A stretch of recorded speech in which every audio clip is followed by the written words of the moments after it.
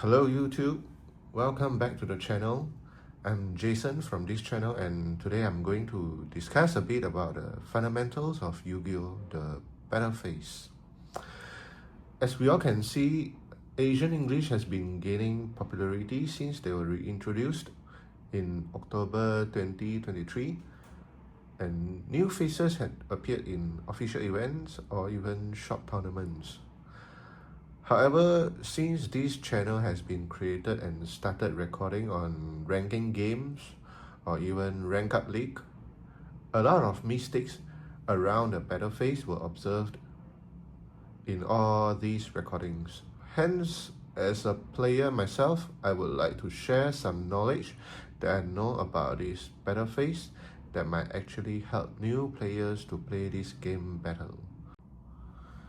Battle phase are actually divided into start step, battle step, damage step, and end step, with damage step being the most complicated, whereby you have start of damage step, before, during, and after damage calculation, and also the end of damage step. Start step being the easiest, whereby the player declares to get into the battle phase. At this start step, any quick effects can be activated here. So let's say opponent can chain Maxi. You could also chain Call by the Grave on the Maxi at this start step.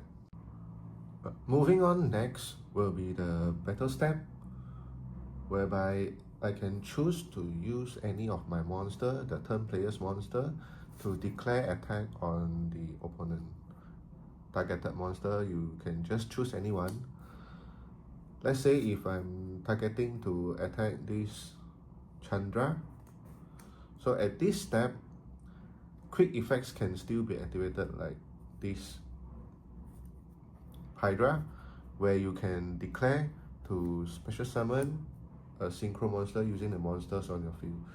So at this stage, let's say this Hydra activated effect, so opponent will get to synchro summon, then effect, special summon back Hydra from the graveyard.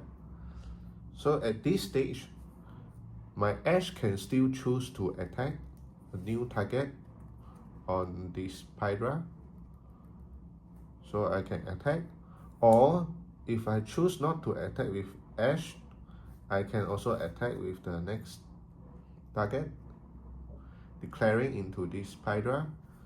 But however, my Ash will never be able to attack again after that. Let's say there are no other effects can be activated during the battle step, then declaration of attack, then we'll get into this start of damage step. So this is where the complicated part comes. So at the start of damage step, the Chandra has its effect where at the start of damage step, you can special summon a level 4 or lower fire dragon monster from your deck. So let's say I'm declaring an attack on this Chandra at the battle step declaration. Opponent says okay, then we'll get into the start of damage step. So this Chandra can activate its effect and special summon this fire dragon. So this is the start of damage step. However, at the start of damage step, even Chandra activates its effect to special summon a Genroku. Our Snake Eye Ash here that declares attack into Chandra can never change the attack target anymore. And then we'll proceed into the before damage calculation. Before damage calculation, so at this point of time, any quick effect cards that can alter the attack or defend can be activated here. Otherwise, we'll perform into the during damage calculation step straight away. So after damage calculation, the monster is still not sent to the graveyard yet. All the damage are calculated and see whether any effects that specify to activate after the damage calculation. Otherwise, we'll move on to the end of the damage step, which is the monster will destroy and see if there's any other effects that can activate during this end of damage step. At this point of time, you can't activate any more alter your attack or defense cards at this stage. So bear in mind, when you get into the end of damage step, then after everything resolved, we'll get back to the start of the battle step, where you can declare attack again with the other monsters that haven't attacked yet. Moving on, if you don't wish to attack anymore with your monsters, you can declare end step and get into the main phase 2. So usually what effects can be activated in the damage step is what confuses the players most. With most cards stated properly that they are allowed to activate in any steps of the damage step, such as the before, during, after damage calculation and everything. But there are some cards that didn't specify all these, whereby you can activate in these steps are counter trap cards or any monster or trap effects that negates card activation.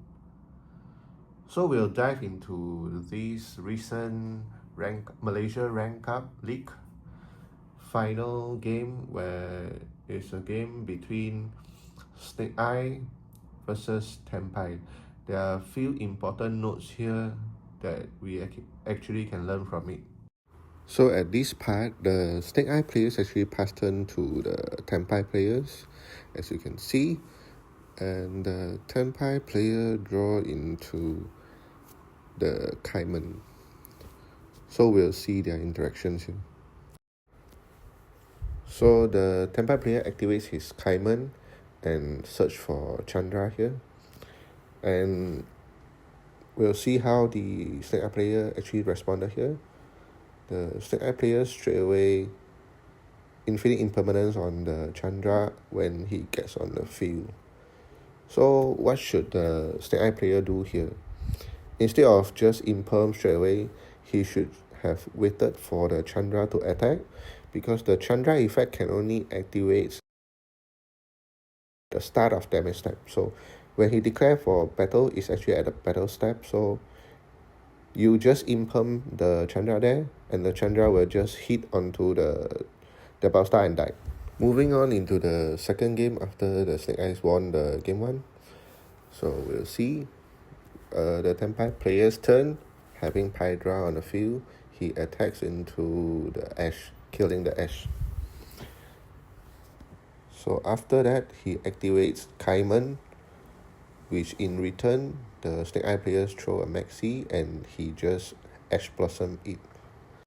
At this point of time, the Snake Eye players actually has a Gamma in hand, so he's actually thinking whether to respond the Cyframe Gamma onto the Ash Blossoms.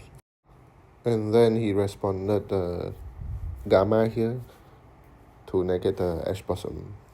So now, since we all know the Snake Eye player has a Gamma in hand, how he should play this out to cause more issue to the Tenpai player is, after the Tenpai player searches for Chandra, and when Chandra attack and gets into this start of damage step, activating the effect to special summon, by then the Snake Eye players just use his Gamma there on the Chandra, and the Chandra will just get destroyed and throws into the grave.